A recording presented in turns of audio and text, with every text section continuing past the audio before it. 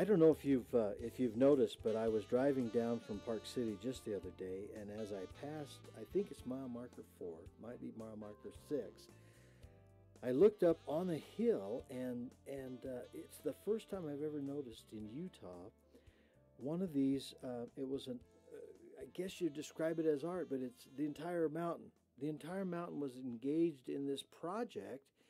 And I was it was amazing to look at, and I don't even have words to describe it. So I did some research. I found the artist, the graphic artist, who actually created this, and he has consented to be with me. So please welcome to our show, it's Lawrence, yes?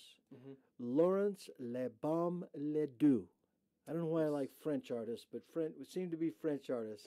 Yeah, well, it's interesting. I mean, my name's French, but I'm actually from Australia. So Australian artist. It's a very interesting way of... Well, your father, tell us quickly, your father, how did you come to be in Australia? Well, my father, he was actually born in Australia, but after about 13 years, he moved to France, and there he met my mother. Her name was Dorothy, actually, but she was born in France, which was really weird at the time. But did they ever express to you what was that magic that brought them together?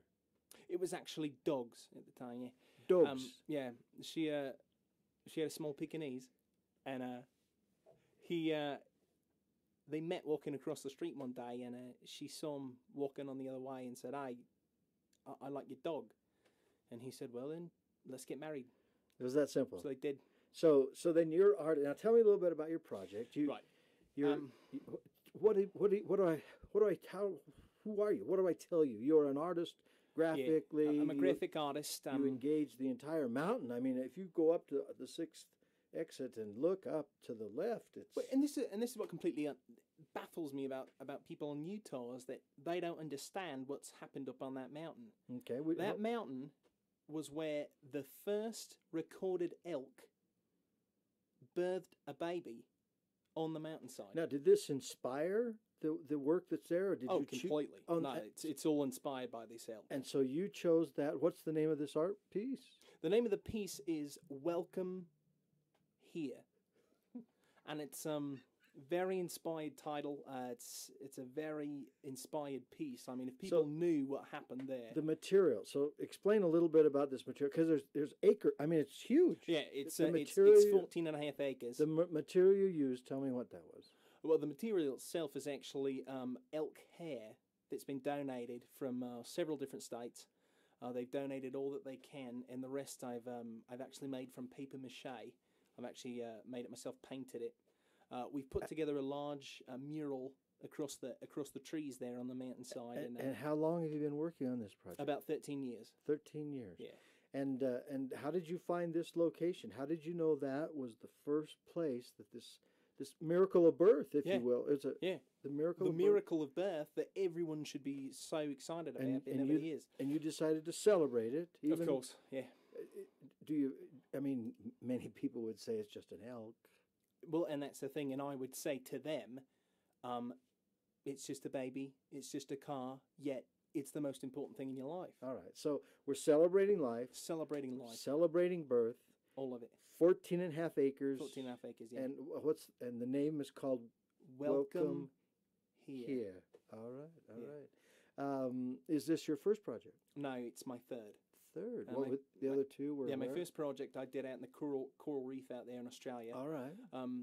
I planted these little stakes around in the coral reef, and in that certain little circle of water there, I put I actually dyed the ocean water purple. Let me just raise, I'm sure the audience is worried here just a bit, but wouldn't those move with the tide? A little bit, yeah. That's why it was really difficult to put stakes in the water. Yeah. Very difficult process. Took me about 4 years to really understand how to do it. Wow. Did it have a name? No, I eventually gave up. Yeah. But that's all right, because it inspired my next project. The number 2 project. Okay. This is on the journey to our state. Yes, on the journey to Utah. All right. Number 2 project was... This project was done in Florida, and I was down there in the Keys, and I saw a very specific type of bird that reminded me of peanuts. Peanuts? Now, we all know that peanuts are a fantastic source of protein. Right. Protein, one of the building blocks of life, Absolutely. reminded me that I need to turn the state of Florida into a peanut. And you did? No, unfortunately, I couldn't get permission from the governor or the mayor of He stopped you. Jacksonville. But Now, there are many people in our audience who are very creative. What do you say to the people when your creativity is stifled by something political, like a governor? Yeah. With it? What do you do? What do you say to the young artist out there looking for a project, perhaps inspired by peanuts, perhaps inspired by the birth of an elk? What do you say to that young artist? well, first thing I used to say was get violent, but that didn't work. So I decided against violence, more of a peaceful type of Okay. approach, which ended up becoming cry until someone listens to you. And does that work? Yeah, throw a temper tantrum, works every time. Okay. And do you have a benefactor at this point? Not yet. Not yet. Okay. I've had a little bit of elk hair, like I said, donated from other states, but And that's about all the help you've had. that's about all I've got. Yeah, and I've been Yeah. spending about 14 years on this mountainside trying to create this. Well, what could our listeners do to help your cause?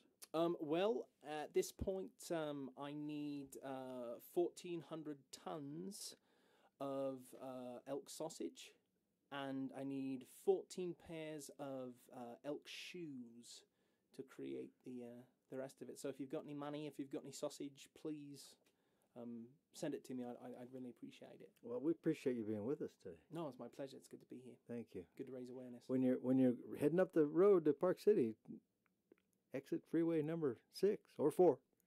Take a look. Covers both, I think. So, Lawrence, thank you so much for being with us. And No problem, yeah. I see we're about out of time.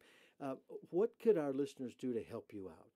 Well, I'm planning on finishing up Welcome here in the Alright. next couple of months. Okay. And then I'm going to be starting my next project in Siberia.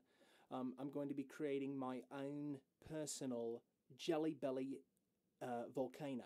A Jelly Belly volcano. So how can we help you? So you can help me by donating about 16,000 pounds of jelly beans. All right. And if you could send me 4 boxes of baking soda and 13,000 pounds of flour, I'd be all over it. Or it could be all over you. Well Thank spoken. you. Thank you. The Artist Corner, ladies and gentlemen, always trying to give an ear to those who care.